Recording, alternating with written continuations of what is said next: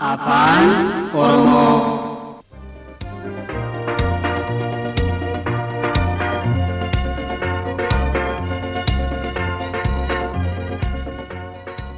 Qophiin faana afaan Oromoo guddina afaan Oromoo irratti xiyyeeffata.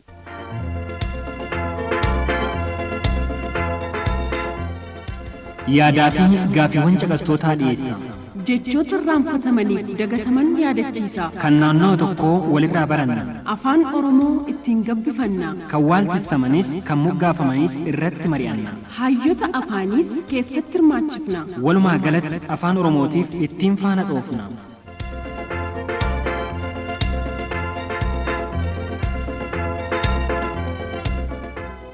Kan barbaade falmuuf, kan barbaades mormuuf, yookaanis deggeruuf, yaadaan walafeeruuf, faanni afaan Oromoo waltajjiidha. irratti hirmaachuudhaaf mirgaaf dirqama qabna.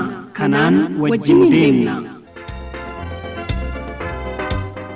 Faana afaan Oromoo.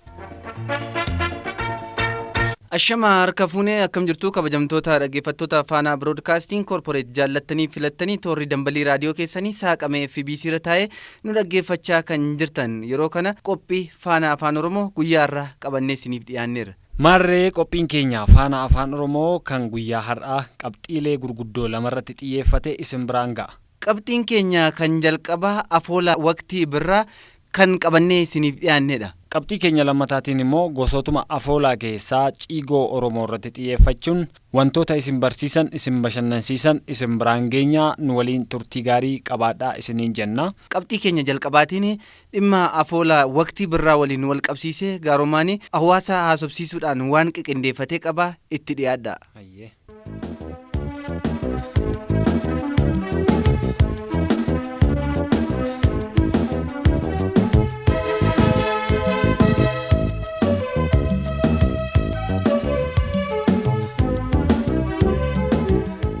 Afoolli dhalootatti kan darbuu fi gosoota garaagaraa qabaachuusaa manguddoon Oromoo dubbisnee yaadanuuf kennaniin eegaganni darbee yeroo waqtii birraa hawaasni Oromoo malkaatti wal ga'uun bifa faaruutiin yeroo gara malkaa deemanii fi malkaatii yeroo deebi'an waan jedhanii waaqa kadhatan qabaachuu kaasuun faaruuwwan jedhamanis akkuma sadarkaa hawaasichaatti ta'uu dubbatu. Warquu Baqqalaa Dagaagaan jedhama. Gizee ganni ba'ee namni walitti dhufe baga waliin nu ga'e baga dukkana kan keechaa baatan jedheeti wal gaafata dura. Samboo dagaa laga malkaa bu'a. Malkaa sanarratti yaa mareehu baga baatan gannaa yaa mareehu maree koottuu hoggaadhaan jedhee kadhachaa waaqa faarsa. Yaa mareehu jechaatu deema. Kun faaruu keechaa tokko. Laga sanoo bu'an amma laga malkaa ga'anii malkaa sanarratti irreeffatanii beenuun buunaa malkaa irreecha waaqa kadhachuu jechaatti bu'an waaqa kadhachuu namni tokkummaa ofii jabeechuudha naannoon isaa akkamitti bulaa akka jiru kana wal barsiisaa deema jechuudha. Afoola Oromoo keessaa goobeen wal qabatees goobee faarsuun mana namootaarra deemuun bifa aadaa isaa ittiin calaqqisiisuu fi ittiin wal eebbisu ta'uu manguddoon kun ni dubbatu. Goobeen amma naannoo keenya irratti dur kan jammaramu. Nu ijoollee taane qaammee Oromoo sanii calqabee wannitu jira goobee. Goobee kana hoo deeman tokko aadaadhaaf deeman malee kadhachuu miti. Aadaadhaaf deemama. Galgala deemanii dhoqqeetu jira, waa baay'ee jira, qoreetu jira, nama waraanaa, dhagaa gufuutu jira, nama rukutu. Garuu aadaa sun hin hafinidha. Aadaa sun hin hafiifi deeman. Deemanii warri goobee sanitti hin makatin akkamitti goobeen qe'ee kiyyaan qaxxeedhanii tokko hin mufatu. Faaruu qaba goobeen. Goobeen geecha jedhanii goobeen geecha jedhanii goobeen geecha jedhanii dandeecha jedhanii goobee adurreen darriche goobee adaraa haadha sideeche goobee sinaa baaruu sinee eebbisa gooftaa sinnaarraan gannaalu jedhan.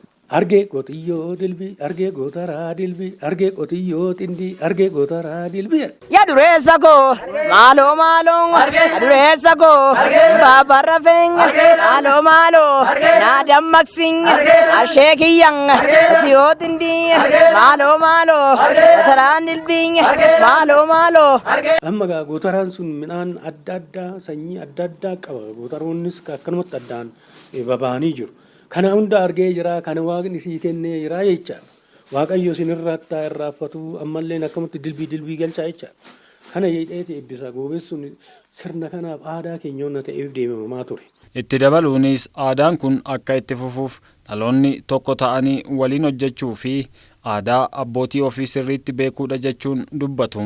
Tokko sirna ofii baruudha, of beekuudha, of baruudha. Gadaan keenyallee baay'ee gadi bu'ee caccabee kan ture ammadha.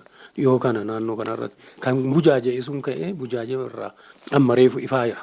Wanti Oromoon jechuun irra jiru naannoo kanarratti ijoolleen teenya jabaachuun irra jiru tokkummaa wal jaalachuu waliin ta'uudha walii galuudha. Ijoolleen baay'ee aadaa ofii itti dhufuutu isaan irra jira. Aadaan abbaa keenyaa maal jechuutu isaan irra jira.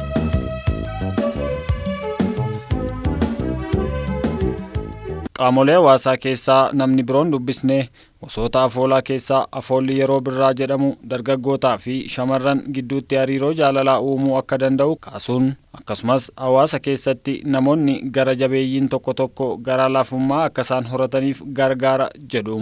Dargaggoonni gaafa ba'anii walitti sirba kana keessa wantoota garaa namaa nyaatan darbeen wantoota jaalala taasisan buburraaqanii gammadanii yeroo isaan taphatan namoota gara jabeeyyii yeroo itti garaa laaffisan fa'aatu jira.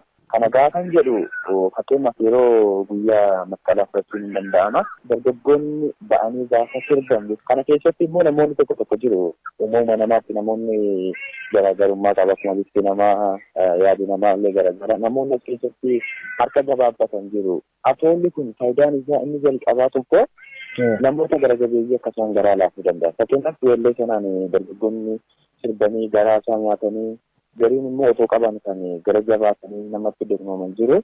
Namoota akkanaa garaa laaffisuutiin booji'uutiin akka isaan namaaf waa kennuu baran ofirra darbanii akka isaan namaaf jiraachuu danda'anii fi afoolli dargaggoonni yaa'anii sirban kun faayidaa guddaadha kan inni qabu. Amirraa qabda. Maaloo Nurree naltoo lammacha. Alaamiiti baruun galcha. Afoora yeroo birraa kanaa keessatti ga'een manguddootaa guddaa akka ta'ee fi keessattuu eebbisuun wal qabatee dhalootaaf waan gaarii hawwuun abaarsaaf rakkinoota dhufuu danda'an illee bifa eebbaatiin yeroo isaan itti shoora olaanaa taphatan ta'uu dubbachuun aadaa kanas itti fufsiisuun dirqama Oromoo maraa ta'uu himu.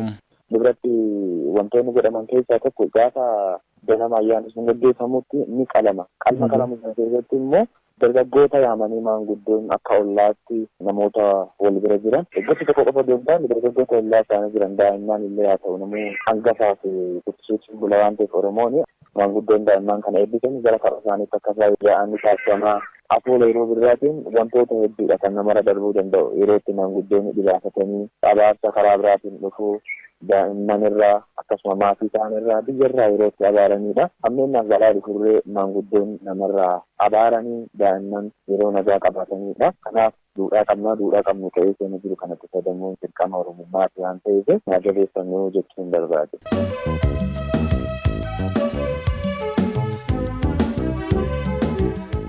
Oromoo waqtiilee hunda keessattuu akkaataa itti afoolatti fayyadamuun ergaa garaagaraa dabarfatu qabaachuu kan kaasan obbo Kumaa Taaddasee afoolli kunis dhalootaa dhalootatti akka darbuuf irratti hojjetamuu qaba jedhu.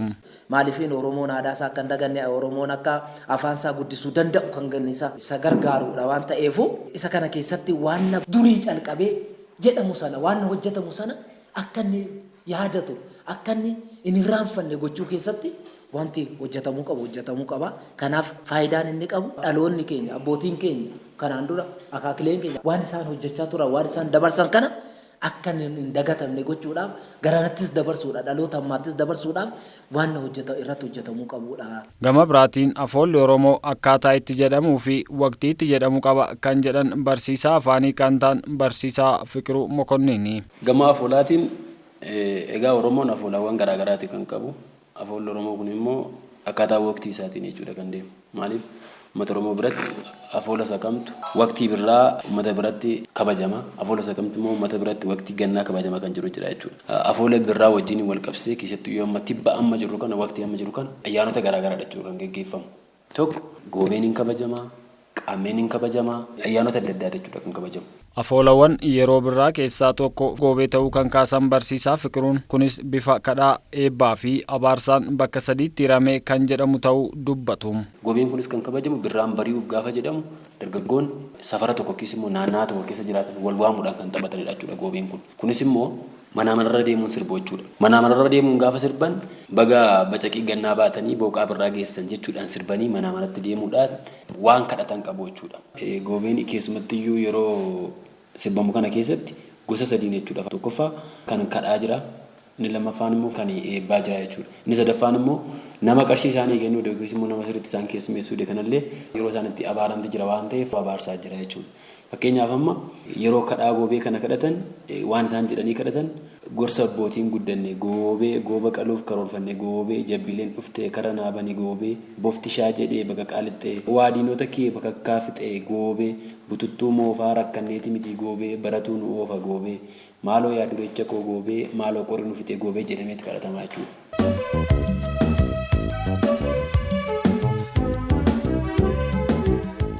Lammaffaa irratti kan eebbaate jechuudha. Eebbi kun egaa kan isaanii faaruu kana eebbisan erga namichi waa kennee fi booda dura kadhaadhaan faarfatanii kadhataniiru amma immoo eebba kanaan faaruudhaan eebbisu jechuudha namicha kana. Namni nuu kenne waaqayyoo kennii fi goobee qotiyyoo cimdii waaqayyoo kennii fi goobee saawwa kolee waaqayyoo kennii fi goobee farda kooraadhaa yaa waaqayyoo kennii fi goobee gootaraa dilbii yaa waaqayyoo kennii fi goobee jedhaniiti namicha kana eebbisaniiti jechuudha kan deeman faaruu kanaan.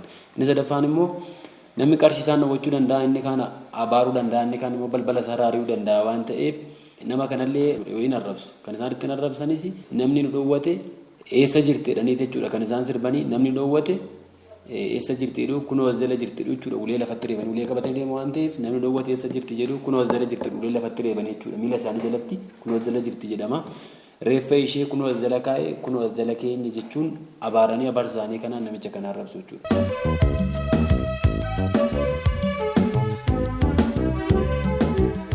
Yuunivarsiitii Wallaggaatti barsiisaa kan ta'an Dr. Fileen afoolli bifa lamaan kan ibsamu ta'uu kaasuun afoolli bifa walaloon ibsamu akkaataa bareedaa ta'een walaloo fi yeedaloon walitti makamee ergaa kan dabarsu ta'uu kaasu. Afoolli akka waliigalaatti bakka lamatti kan qoodamu tokko kanneen ogafaan yookaan verbal art kan jennu irra caalaatti jireenya isaa keessatti uummanni jiruuf jireenya isaa kan ittiin gaddasaaf gammachuusaa haara miiraalessaan kan ittiin ibsatu yeroo ta'u inni kaan immoo hololoo jedhama. Qaamni garee inni verbal artiin bifa walalootiin kan ta'uu fi bifa hololootiin kan ta'u. Bifa hololootii kanneen ta'u warreen jennu warreen akka oduu durii fa'aa waa'ee dhimma dhala namaa waa'ee gootummaa waa'ee seenaa waa'ee duudhaa kanaan dura as dhufaatii dhala namaa amantiif amantaa kan ibsatu yeroo ta'u kallattii biraatiinis immoo yeroo ilaallu waa'een afooloo immoo bifa walalootiin jechoota muraasaan jechoota gabaaboodhaan kan bifa qabuun kan jeedaloo qabuun kan muuziqaa qabuun kan ergaa gaarii qabuun haala baay'ee miidhagaa fi hawwatamaa ta'een kan bifa itti dhiyaatu yeroo ta'u bakka lamatti afoolaa fi hololoodhaan dhiyaata. Hololoon suni irra caalaatti dheeraa ergaa dheeraa kan dabarsu seenaallee kan himu as dhufaatii dhala namaa kan himu kanneen akka ragamtaafaa kan ittiin ibsan kanneen seeneffamoota ittiin himan hololoodha. Isaan bifa hololootiin taa'utu hin taane akkuma jirutti fuula waraqataa guutanii kanneen barreeffaman yeroo dheeraa bakka ergaa baay'ee qabu qooddattoota baay'ee qabu himamsa baay'ee qabu jechuudha. Sheekoowwan immoo kanneen bineensa wajjin wal fakkeessanii qooddattoonni isaanii hirmaattoonni isaanii aktaroonni isaanii bineensa ta'anii garuu ergaa dhalli namaa dabarsu kanneen dabarsanidha. Irra caalaatti jiruuf jireenya dhala namaa haala hawwataaf miidhagaa ta'een kan bareechee dabarsuu danda'u shaqachee kan dabarsuu danda'u afoollaan verbal art yookaanis immoo kallattiiwwan afooloo kanneen jennee moggaasnudha. Gama biraatiin afoolumaa wal qabatee yaada kan nuuf kennan afoolli saba seenaasaa qindeessee lafaa hin qabneef gumbii hawaasni seenaasaa aadaasaa mudannoo fi muuxannoosaa keessa kaawwatudha kan jedhan immoo yuunivarsiitii Wallaggaatti barsiisaa seenaa kan ta'an Dr. Tasfaayee Tolasaati. Uummata afaan barreessee waraqatarra keeyyatee hin qabnee fi hidhata qofaatu hin ta'in gumbii hawaasni seenaasaa aadaasaa siyaasa lakkoofsa jedhe keessa keeyyatudha. Gara Oromootti immoo gaafa dhufnu afoola Oromoo kamiin yoo fudhatte dura waa'ee uummataatu keessa jira. Ittaansee namni afoola sana baasu qindeessu yookiin hojjetullee waan uummataa keessa hin goone taanaan kan mataasaa qofaa godhe taanaan afoolan ta'u achumatti hafachuu namni harkaa fuudhee walirraa walitti hin dabarsu. Kanaaf waan naannoo isaa jiru, waan qabiyyee yaada isaa keessa jiru, waan ofii raawwate, waan isa irratti raawwate hunda isaa kan baatee deemuufidha karaa seenaa. Kanaaf amma nuti seenaa keessatti yeroo baay'ee maddi seenaa iddoo sadiitti qoodanii ilaalu gara saayinsiitti gaafa dhumnu. Ragaa sadarkaa lammaffaa isa jennu kitaaba keessaa isa dubbiftu, ragaa sadarkaa tokkoffaa isa jedhamu waan akka xalayaa, waan akka qaboo yaa'ii, waan kanarraa kan argattu ragaa sadarkaa tokkoffaa jedhama. Inni afoolli kun immoo dhufeetii ragaa sadarkaa tokkoffaa lammaffaa kan of keessatti qabatu jennee lafa keenya. Hawaasa yeroo dheeraadhaaf afaan barreeffamaa hin qabne keessatti gaafa gara keenyaatti deebinu seenaa isaa qorachuu kan dandeessu afoola kana keessaati jechuudha. Namni tokko yeroo waa tokko ilaalee achirratti afoola tokko hojjetu yoo afoolli sun dhugummaa hawaasaa of keessaan qabate hawaasni of harkaan fuudhuu siin jedhee sila. Harkaa fuudhee naannessee of keessa naannessee of keessatti qabee afoola godhatee hin kaa'u.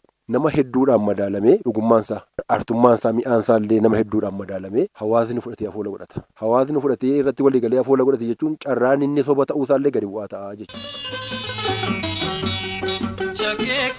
Shakeeko magaalaa yaa mucaa magaala nangatii naannoo faasifaana.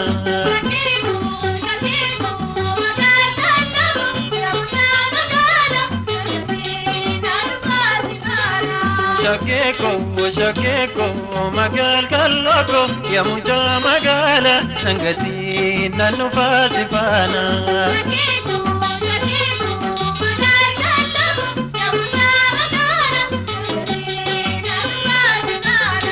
Shakeeko yaa bishaan dheessa nama nyaatuun darba edabjuun koonsomne nama nyaaduun arga yoo feetes na kamtee feetu sayyoo buna minaan biyya keenya danyaan jootee nyaanna.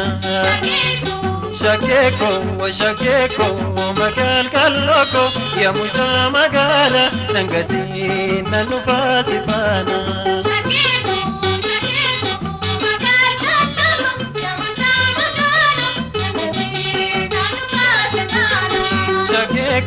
Shakeeko magaalaa yaa mucaa magaala nangatii naannoo faasifaana.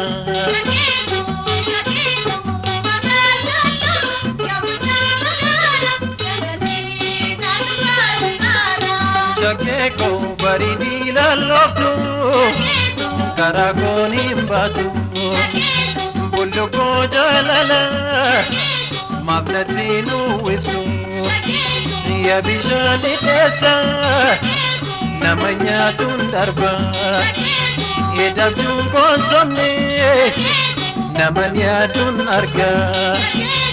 Shakeeko magaalaa yaa mucaa magaala nangatii naannoo faasifaana.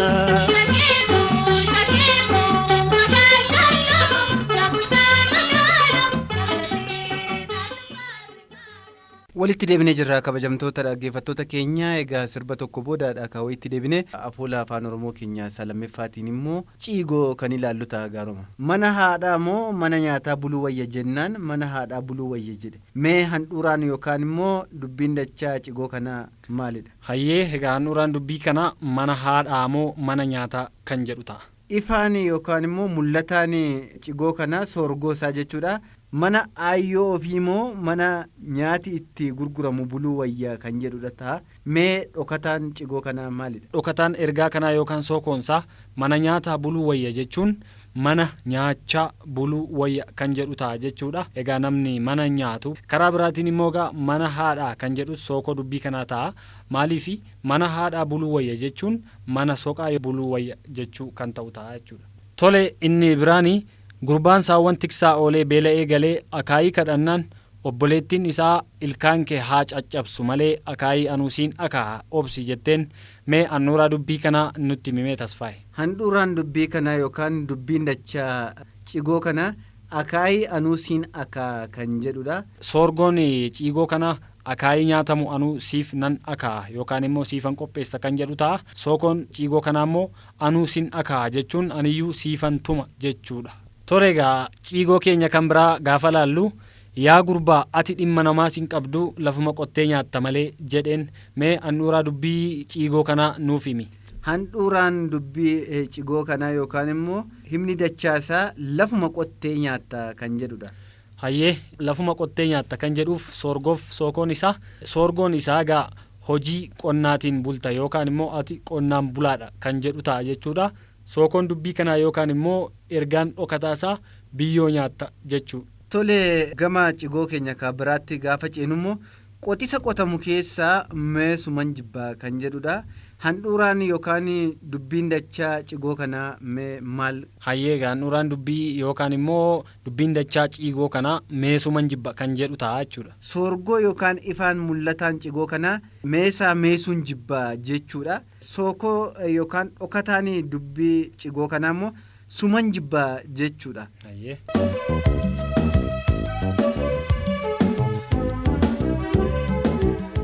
Tole Tasfaayee gara ciigoo keenya kan biraatti gaafa ceenu warri soddaa nyaata baay'ee sii qopheessanii turanii ati garuu xinnoo ishee nyaattee dadhabde ati edaa garaan qabdu ciigoo jedhuuf mee handhuuraa dubbiisaa maal ta'a? Handhuuraan dubbii kanaa yookaan immoo jechi dachaa cigoo kanaa ati edaa garaa hin qabdu kan jedhudha. Egaa mul'ataa yookaan immoo soorgoosaa kan ilaallu yoo ta'e ati garaan kee xiqqoodha jechuudha. Sookoo yookaan dhokataan cigoo kana immoo ati sodaattudha jechuudha. Cigoo keenya kan ittaanu kan ilaalluutiin immoo warri mana dhagaadhaan ijaaruu baran ijaarratanii haranii dhuma dhagaatti galanii dhuman kan jedhudha. Mee handhuuraan yookaan dubbiin dachaa cigoo kanaa maal ta'a? Egaa handhuuraa dubbii cigoo kanaa gaafa laallu haranii dhuma dhagaatti galanii dhuman kan jedhu ta'a. Dubbii dachaa kanaaf soorgoof sookoosaa gaafa ilaallu jechuudha. Soorgoonsaa yookaan hiikni ifaan hundi isaanii mana dhagaa ijaarratanitti galanii jiru jechuudha. Gaafa sookoosaa ilaallu immoo yookaan hiikaa dhokataa hundi isaanii boollatti galan yookaan du'anii awwaalaman kan jedhu ta'a jechuudha.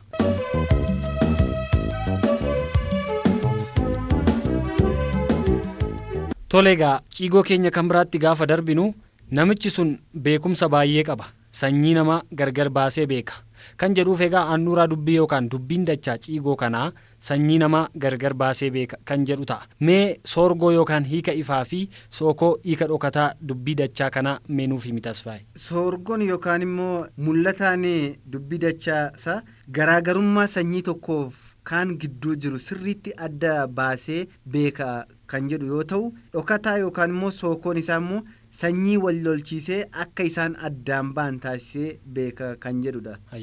Egaa cigoo ka biraa ittaannee kan ilaalluun immoo hiriyyaan tokko qottuu arfaasaa sanyii facaafachuuf ariifate tokkoon akkana jedhe yoo waan fedhe ta'ee sanyii kee har'uma faca'ee dhuma hin booyin ittiin jedhe. Egaa handhuuraan dubbii kanaa yookaan immoo dubbiin dachaa cigoo kanaa sanyiin kee har'uma faca'ee dhuma kan jedhu gaafa ta'u soorgoon yookaan hiikni ifaa dubbii dachaa kanaa sanyii qabdu har'uma facaafattee fixxa hin yaaddayin jechuudha. Sookoon yookaan immoo hiikni dhokataa dubbii dachaa kanaa sanyiin yookaan lammiin kee har'uma addaan bittinnaa yookaan faffaca'a jechuudha. Tole egaa cigoo keenya kan biraatti gaafa dabarru dhagaan wal cinaa dhaabbatu sun maal jedhee gaafannaan sunsuma jedheen. Handhuuraan dubbii cigoo kana sunsuma kan jettu ta'a. Mee soorgoof sookoo kanaa nutti himi Tasfaayee? Soorgoo yookaan himni ifaa cigoo kana sunsuma jechuun si'uma mataa keeti jechuudha. Sookoo yookaan immoo dhokataan cigoo kana immoo sunsuma jechuun geemmii jechuudha.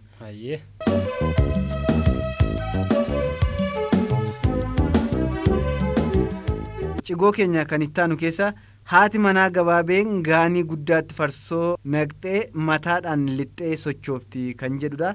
Himni dachaa yookaan immoo handhuuraan dubbii kana mataadhaan lixxee sochoofti kan jedhudha.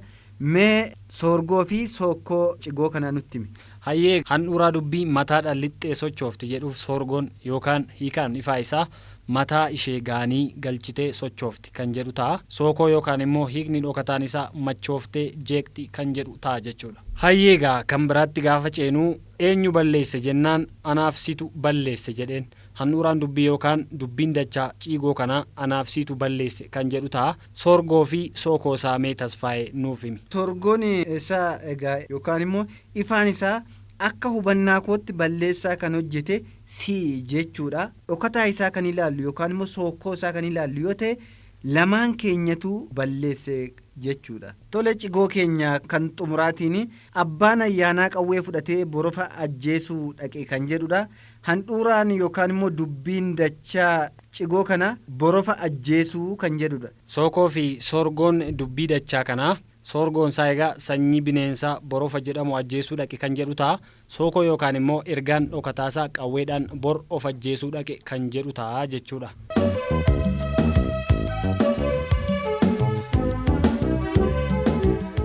Hayyeegaa kabajamtoota dhaggeeffattoota keenya qophii keenya faana afaan Oromoo guyyaadhaan dhimmoota isin biraan geenye qindeeffachuun kan isin biraan geenye an Gaaromaa Nugusaa fi Tasfaayee Jiguu waliin ta'uun torban gaarii isiniif haa ta'u nagaatti.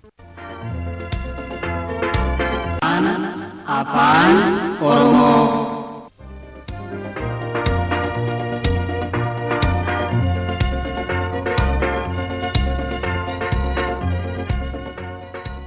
Qophiin faana afaan Oromoo guddina afaan Oromoo irratti xiyyeeffata.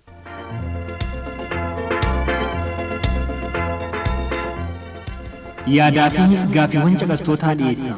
Jechoota irraanfatamaniif dagataman yaadachiisa. Kan naannoo tokkoo walirraa baranna. Afaan Oromoo ittiin gabbifanna. Kan waaltissamanis kan moggaafamanis irratti mari'anna. Hayyoota afaanis keessatti hirmaachifna. Walumaa galatti afaan Oromootiif ittiin faana dhoofna.